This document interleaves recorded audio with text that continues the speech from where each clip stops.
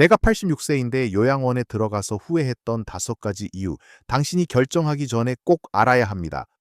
요즘처럼 나이 드는 것이 두려운 세상은 없는 것 같아요. 많은 분들이 나이가 들면 편안하고 안전하게 지낼 수 있는 곳, 즉 요양원을 생각하시죠. 자녀들에게 부담을 주고 싶지 않고 혼자 사는 것에 대한 막연한 불안감도 있으니까요. 저도 그랬습니다. 80대 중반에 접어들면서 거동이 불편해지고 매일 밥을 해 먹는 것도 힘들어지니 이젠 자녀들에게 폐를 끼치지 말고 편안하게 여생을 보내자는 생각으로 요양원 입소를 결심했어요. 주변에서도 자녀들이 얼마나 편애하겠냐며 다들 잘했다고 했고요. 하지만 제 마음속에는 늘 개운치 않은 뭔가가 있었습니다. 마치 고운 비단 속에 숨겨진 날카로운 가시처럼 말이죠. 겉으로 보기엔 모든 것이 완벽해 보이는 이 시설이 사실은 상상과는 다른 현실을 숨기고 있다는 것을요. 저는 이곳에서 후회라는 감정을 뼈저리게 느끼고 있습니다. 오늘 이 영상을 통해 제가 86년이라는 긴 세월을 살아오면서 특히 요양원에 들어와 보면서 후회했던 5가지 이유에 대해 솔직하게 말씀드리려고 해요. 이 이야기를 듣고 나면 여러분이 요양원 입소를 결정하기 전에 정말 중요한 부분들을 다시 한번 생각해 볼 수 있을 겁니다. 이 영상을 끝까지 보시면 여러분이 미처 생각하지 못했던 놀라운 사실을 알게 되실 거예요. 자, 그럼 제가 요양원에서 가장 크게 후회했던 첫 번째 이유부터 말씀드릴게요. 바로 자유의 상실입니다. 많은 분들이 요양원에 오면 전문적인 케어를 받으니 오히려 더 편안하고 자유로울 것이라고 생각하실 거예요. 저도 그렇게 믿었습니다. 하지만 이곳에서의 삶은 제가 상상했던 자유와는 너무나 거리가 멀었어요. 마치 보이지 않는 쇠사슬에 묶인 듯한 기분이랄까요? 예를 들어 볼까요? 아침에 눈을 뜨는 시간부터 밤에 잠자리에 드는 시간까지 모든 것이 정해져 있습니다.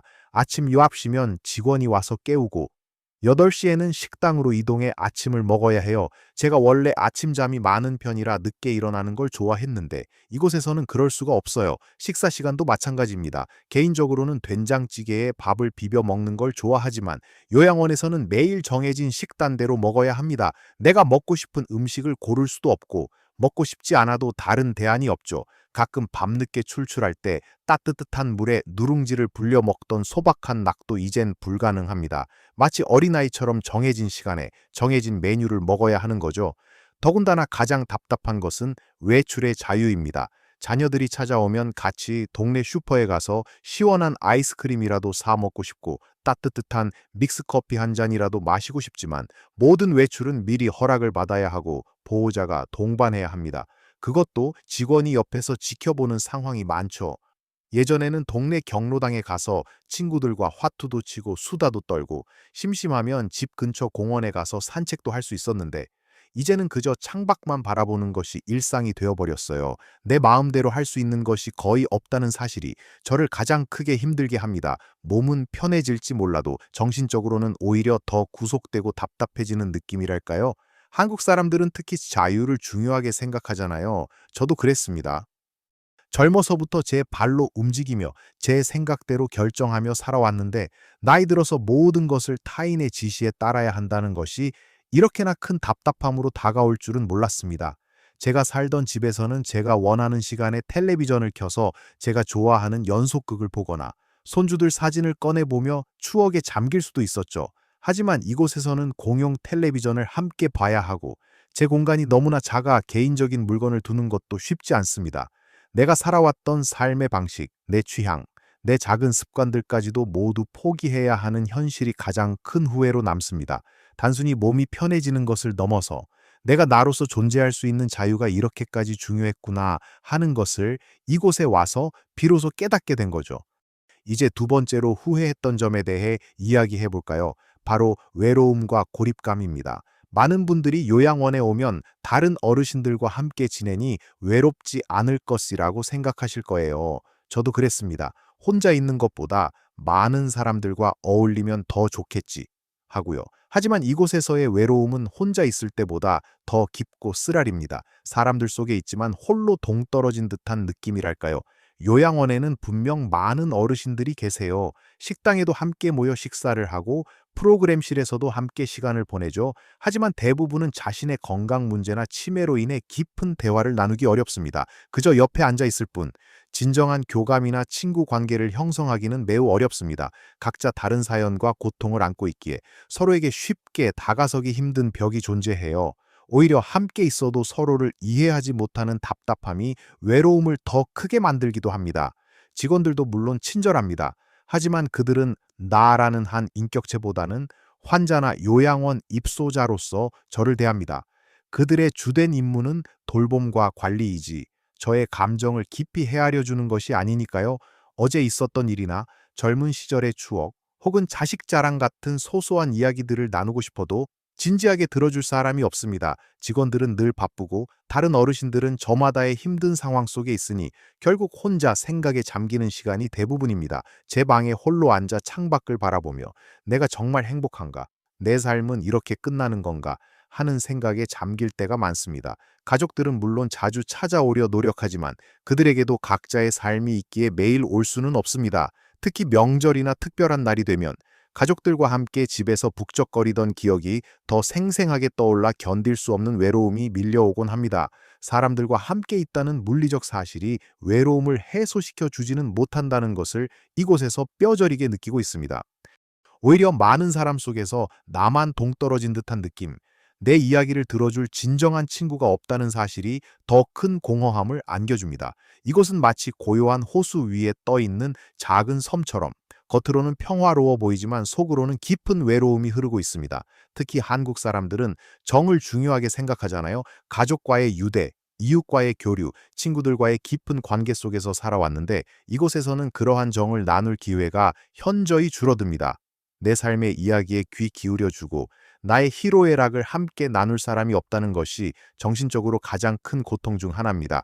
따뜻한 말 한마디, 작은 공감 하나에도 눈물이 핑 도는 날이 많습니다. 이것은 단순히 물리적인 고립을 넘어선 영혼의 고립감입니다. 세 번째로 저를 가장 힘들게 했던 부분은 바로 과도한 의료화입니다. 요양원에 오기 전에는 전문 간호 인력이 상주하니 건강관리는 더 잘 되겠지라고 막연하게 생각했습니다. 하지만 이곳에서는 제가 사람이 아니라 환자가 된 듯한 느낌을 지울 수가 없습니다. 모든 생활이 건강이라는 잣대 아래 철저하게 관리되고 제 몸은 마치 기계처럼 취급당하는 기분이 들 때가 많습니다. 매일 아침 저녁으로 혈압과 체온을 재고 정해진 시간에 약을 먹어야 합니다. 제가 조금이라도 몸이 불편하다고 하면 바로 병원으로 이동하거나 의사 회진 시간에 보고됩니다. 물론 이 모든 것이 저의 건강을 위한 것이라는 것을 머리로는 이해하지만 때로는 내가 과연 아픈 사람인가라는 의문이 들 때가 많습니다. 내가 느끼는 작은 불편함도 즉시 의료적인 문제로 연결되고 저는 끊임없이 환자의 상태로 분류됩니다. 저는 사실 크게 아픈 곳 없이 건강하게 살아왔는데 이곳에 와서 오히려 내가 아픈 사람인가 보다 라고 스스로를 인식하게 되는 역설적인 상황이 벌어지는 거죠. 제 몸을 스스로 느끼고 판단할 기회를 잃어버리는 겁니다. 어떨 때는 그저 잠이 오지 않거나 소화가 잘 안 되는 가벼운 증상인데도 수면제나 소화제를 권유받는 경우가 있습니다. 저는 약을 많이 먹고 싶지 않은데 안 드시면 나중에 더 힘들어지실 수 있어요 라는 말에 어쩔 수 없이 복용하게 되는 경우도 많습니다. 마치 제가 제 몸의 주인이 아닌 것처럼 느껴질 때가 있습니다. 개인적인 프라이버시도 의료적인 이유로 쉽게 침해되곤 합니다. 대변 상태를 확인하거나 몸을 닦아주는 과정에서 저의 수치심보다는 위생과 건강이 우선시되는 것이죠. 물론 필요한 과정일 수 있지만 저는 그 과정에서 인간적인 존엄성을 잃어가는 기분을 느낍니다. 매 순간 제가 돌봄을 받는 대상이자 환자라는 것을 상기시키는 환경이 저의 자존감을 갉아먹는 듯한 느낌입니다. 저는 제가 아직 살아있는 존재로서 스스로 판단하고 행동할 수 있는 부분이 많다고 생각합니다. 하지만 이곳에서는 모든 것이 의료적 기준과 안전이라는 이름 아래 통제됩니다. 이런 환경은 오히려 제가 더 무기력해지고 스스로 할 수 있는 일들도 포기하게 만드는 결과를 초래하는 것 같아요. 단순히 몸이 편한 것만을 생각하고 왔는데 이곳에 와서 얻게 된 것은 내가 건강한 한 사람으로서의 정체성을 잃어버리는 슬픔입니다. 다음으로 네 번째 후회는 바로 재정적 부담입니다. 많은 분들이 나라에서 지원도 해주고 보험도 되니 그렇게 큰 부담은 아닐 거야 라고 생각하실지 모릅니다. 저도 처음에는 그렇게 생각했습니다. 하지만 막상 들어와 보니 제가 생각했던 것보다 훨씬 더 큰 비용이 발생한다는 것을 알게 되었습니다. 기본적인 요양원 비용은 그렇다 쳐도 추가 비용이 상상을 초월합니다. 기저귀, 물티슈 같은 위생용품은 물론이고 영양제, 개인적으로 필요한 간식, 그리고 병원에 갈 때 발생하는 추가적인 이동비와 진료비까지 매달 나가는 돈이 상당합니다. 제 자녀들에게는 제가 들어왔으니 이제 좀 편해질 거라고 생각했는데 오히려 매달 저를 위해 꽤 큰 돈을 지불해야 하는 상황을 보며 마음이 너무 아픕니다. 자녀들은 물론 엄마 건강이 우선이니 괜찮다고 말하지만 그들의 얼굴에 드리워진 그림자를 보면 제가 얼마나 큰 부담을 주고 있는지 알 수 있습니다. 제 손주들이 학원비나 용돈을 아끼는 것을 보면서 내 요양원 비용 때문에 혹시 아이들이 하고 싶은 것을 못하는 건 아닐까 하는 걱정에 잠 못 이루는 밤도 많습니다. 젊어서 악착같이 벌어서 자식들 뒷바라지 다 하고 이제는 좀 편하게 살고 싶었는데 결국 노년에까지 자녀들에게 재정적인 짐을 지우는 것 같아 죄책감이 듭니다. 이곳에서 만난 다른 어르신들도 비슷한 말씀을 하십니다. 자식들이 찾아와서 이런저런 이야기를 하는데 결국은 이번 달 요양원비 내기가 좀 버겁다는 푸념을 듣게 되는 경우가 많다는 거죠. 부모된 도리로서 자식들에게 짐이 되는 것이 가장 마음 아픈 일인데 제가 오히려 짐을 지우고 있는 것 같아 후회스럽습니다. 돈이 많다고 해도 이 비용을 계속 감당하는 것이 쉽지 않습니다. 만약 제게 더 많은 돈이 있었더라면 집에서 개인 간병인을 고용해서 생활하는 것이 훨씬 자유롭고 행복했을 거라는 뒤늦은 깨달음에 가슴을 칩니다. 이 돈이면 집에서 간병인을 쓰고 맛있는 음식도 해먹고 가끔 외식도 하고 친구들도 불러서 시간을 보낼 수 있었을 텐데 갇혀 지내는 요양원에서 매달 이렇게 많은 돈을 쓰는 것이 너무나 아깝고 후회스럽습니다.